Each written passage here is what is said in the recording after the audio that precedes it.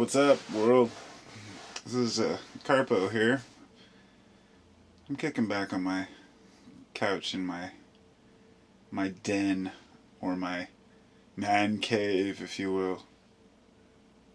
It's the only place where it's semi-quiet, but I'm trying to tackle a particular subject. I guess I was going to talk about life coaches, and I want to make a disclaimer that this is not based on any particular person or anyone I know or anyone I've met. This is just a general subject, I guess, of life coaching. Because I have met and talked with people who either have coaching or are coaches or whatnot. My issue isn't really with the idea of helping others, or that people can be helped. It's more of an issue of what consists of a good life to coach, and what is a good point of view to coach from. Now, many of these life coaches are actually peer-to-peer coaches, where they are professionals talking with other professionals. So it's different and separate from mentoring or counseling. And in that regard, it's something outside of the normal circle. These are companies who put their employees, the employees are required to take a certain amount of hours of these classes to help to try to boost their productivity, to boost their self-esteem, their self-outlook, worth. In other words, it's somewhat of a motivational speaker, but that's tailored to an individual. And I think that can be a good thing when it's applied right. And a person who has credentials and who is, should I say they have a life already, that is a good life, and not one just based on, look, I have money or this or that, so you can have it too.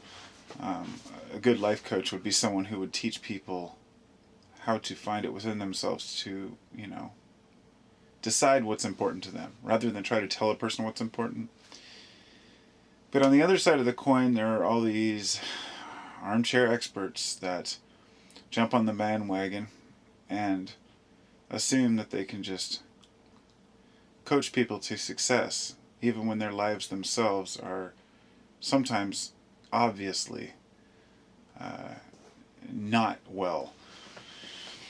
If I could put it a different way, often I see people who are trying to sell these pyramid schemes. Let's use Amway, for example, something like that, and or Herbalife. Where do I see these stickers the most? On the car, on piece of shit cars that are owned by people who can barely make it by. Now, I'm not saying that everyone who's involved in these companies are that way. Of course not. It's a pyramid scheme. Those on top will always have the most. But it's people really trying to sell you something they claim that you gotta have, but meanwhile, it's not working for them, whatever it may be. Or trying to sell you on selling for them, under them. That's what pyramid schemes are. But I see life coaching as kind of similar if a person doesn't know what they're doing. Their life isn't working, but they're trying to tell another person how to run their life. And some of these people charge exorbitant amounts of money, and this is where I looked it up and I did a little research into it, and there is an association of life coaches. I can't remember the name of the group, but it's regardless of what kind of, what that matters, is up in the air. But the ones, some of them bring in psychology. Some of them, I read one guy's story where he said that, first they started out, his life coach told him that his problems resolved and hinged on one problem that had happened in his life. And I've heard this a lot of times before from people. They say, oh, something happened traumatic in your life. So he agreed to go into this thing and, do these, not a regression necessarily, but kind of a life analysis. And had this person telling him, yes, you had an event. And say, go back in your life. And I said, say the first number that comes to mind. And he says 5. And she says, oh, well, it happened when you were 5. Started bringing metaphysics into it. Even talked about quantum physics. the minute you hear this stuff, it's quackery. And you know that people, not that all metaphysics are quackery, but that anybody who's trying to apply it to a degree of coaching is ignorant. And that is exactly how I feel. I feel the same way about, let's say, you know, groups or like religious groups, people who are telling people how to live when they're not living that way themselves, or, you know, like the way that the Vatican, you know, telling these people to be humble, you know, and give, but, you know, they have very nice things and a lot of money behind it that could help others. The greed is not always apparent. And with, you know, people who think that their time is worth money, they think of themselves as superior. So I found some of these people are charging $400 per hour, like New York high-rises and stuff, you know. $400 per hour. Some of them are charging, this one lady had 18 clients, and she was charging $125 per hour consultation per client. So, you know, she's banking over $2,000 a month, or, sorry, a week. This was 18 a week. Yeah, $2,000 a week just talking to people on the phone, telling them how to run their lives. And so, anyway, I'm not going to get in just sitting here and knock life coaches because, you know, I know that people have probably benefited from them. But I want people to be aware that if you think you need someone to help you, a life coach is, the way I see it, is it's nothing more than a modern day guru. And in order for a guru to be a guru, they have to have life experience. You know, you don't find 15-year-old gurus, 20-year-old gurus, but you do find 20, 25-year-old life coaches. And I'm sorry, all the things that I've learned since I was 20, 25, all the misdirected things that I thought were important in life, you know. Even then, when I knew that money wasn't important, I still thought, well, success is part of life. That's what we want to do, you know. Start a business, do something, it's what we have. I've since realized that those aren't the things that matter in life. And if I had been younger and I had been a life coach, I probably would have told others differently than I feel now. So, if someone's going to coach someone, not only do they have to be of an age where they can actually understand themselves and others through experience, and this only takes experience, it's wisdom that comes through accrued time exposed to people. So a young person can be very wise in their years, but still, when you're 25, I'm sorry, you just don't have life figured out yet. And I'm almost 40 and I'm not even close. You know, I can admit that, and I'll continue to admit that as I get older. Maybe when I'm 60, you know, I'll be wise enough to educate others, because we're only as good as our years, but our exposure is just as important. Because a 60-year-old person who lives by themselves or in their small community their entire life and never leaves knows nothing about the world, knows nothing about how to coach or teach. And they can be the wisest philosopher out there, but their ideas wouldn't apply to the majority. And this is why I think that we have such an issue, is because there are so many different types of people out there with so many different types of lives, and we're trying to find a one-size-fits-all. There's these fad diets, you know, and fad health things. They'll have a scare about some nutrient or some herb, and then the next week it's so great for you. And then it's, oh, moderation, and we're constantly bombarded with all this crap. And to sort it out, we need to be in our own minds. So, to have a guru, I love Zen teaching. Zen is the only like system. It's not a religious belief. It's not a religious system, which is why I like it. But it's a way of thinking. It's a lifestyle, if you will. And so does Buddhism. You know, anyone who says they practice Buddhism, to me, just really missed it. And I don't mean that offensively, but when you study Buddhism enough, you start to find that there is no practice of Buddhism. Being a Buddhist, you're either a Buddha or you're not a Buddha. You're trying to become a better you, a better self. But in the Zen teaching, it takes it a step further. It casts out all those, effigies and symbols and says, look, reflect the question back to the student.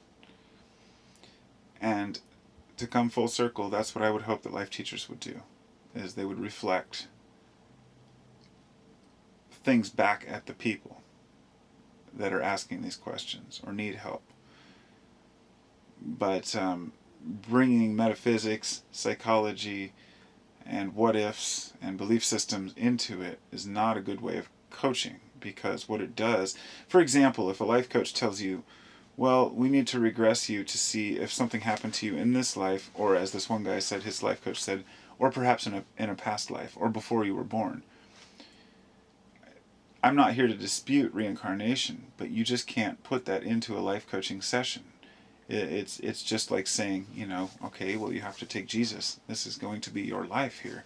You can't put ideas in people's minds. You can't try to tell a person or base it on things that are unproven. So a good life coach has to use things that have been proven, which even some psychology is unproven. It's just kind of these theories about the way our minds work. So if you want to get down to the point of what I'm trying to say here, is a life coach is a great idea for a person who needs one. I would be very wary of the people. First off, what are they charging you? What are they asking? Because honestly, I would love to coach or mentor people if I could, if I felt that I had the ability. But I don't at this point in my life because, A, I'm still learning myself. And even though I've had people say, well, I'd learn from you. And I'm like, I have nothing to teach because I'm working on my own life. And that's not my path. And I'll be honest, I have a low tolerance for idiots. People who just have absolutely no grasp on who they are at all, that ask others for help all the time. Like, what should I do about this? What should I do about this? It's like, figure it out. Get in your own head and figure this out, because you're not always going to have daddy holding your hand, mommy holding your hand. And I don't mean that harshly. I just mean that, I've had some pretty fucked up shit happen in my life, and we get over it. We move on. And I've heard, people say, this happened when I was a child or when I was a teen and it's ruined my life, or my parents didn't do this, therefore that's how I am the way I am. And these problems follow us around for our lives, and we blame others, and then we think we need coaches to bail us out of it. Or maybe not a coach, but maybe a priest or a guru, a mentor. So, in a nutshell, I think it's good for the people that might need it. But be aware of how much they're charging and find somebody who you can relate to. Because if you can't talk to a person one-on-one and look them in the eye, it's not a life coach in my eyes. If somebody's trying to, my personal opinion, and this is just the way I see it, if you really have a coach or a mentor, it should be someone that you interact with face to face, not through Skype, not on Twitter, following them, or on, Facebook or whatever. It's not, and especially not over the phone or typing messages on an online consultation. The only reason I'm tackling this is because I know that there are people who are getting taken advantage of, and there are some real suckers out there. I mean that in the nicest way. I've been a sucker. I've been taken advantage of by people who I trusted, and wronged me. Good friends, and sometimes we've had family members say things that they don't mean, and friends have done things. But being wronged by people is something that we have to get over. But we have to be cautious to not get wronged again and be aware of it. And when people are charging $200 for a 1-hour consultation on the phone, I say you're getting ripped off. I don't care how much a person thinks they know about life. I couldn't put a price on it, because it's not fair for one person. I can't sit and put a price on what a person's time is worth. But if I were a life coach, let's say, and I were doing phone consultations, which I would not do, because I wouldn't feel that's ethical, but I would probably, I couldn't bring myself to charge more than, what's your time worth as a psychologist or whatever, 50 bucks an hour, maybe $100 an hour if you're really good and you really help a lot a person, but I think that's even way too much. And that's why many of the most helpful positions to others, when people take on counseling and mentoring, they do it because they like people, not because they're trying to make money. And I've considered getting into some sort of a mentoring program, to maybe help teens, but I don't know how much I could, really help a teen. It's been a while since I've been there, but I understand the mentality, but times change, people change, and like I was saying, if a young person's out there being a life coach, that's one thing. Even if an older person is, and they're trying to coach a younger person, even if they're the wisest older person, they're still stuck in their paradigm. They grew up in the 60s, the 70s, the 80s. And so I guess I can blab on forever, but I think that a person who is a life coach should be someone who's interested in the same types of things, who is trying to be fair and not overcharge a person, and someone who lives in the same type of environment as the other person. I mean, you can't have a life coach that lives in India. You could, because there are some general life things, but life is more than just technical aspects of our mind or psychological components. And I hear people all the time say things like, well, you just have to get over the past, or you just have to love yourself, or you just have to like yourself and learn to love the world. And I just scoff at that because it's nonsense. It's not that it's not true. It's that you can't just go tell a person that and expect them to just pick up and say, oh, okay, I love myself. It doesn't work that way.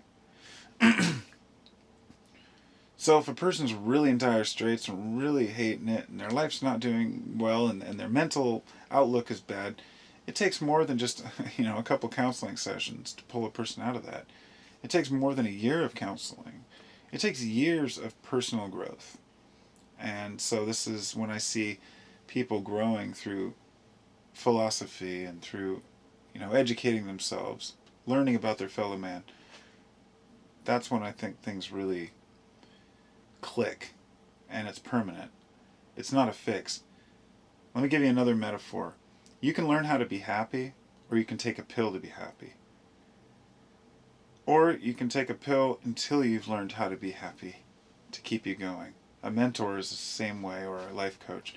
You can't just have a life coach make you happy, and you can't expect yourself to, you have to build up to that happiness. So anyway, rambling on, that's what I got to say about life coaches. I hope it doesn't offend anyone who is a life coach, because I'm sure there are plenty of good people out there.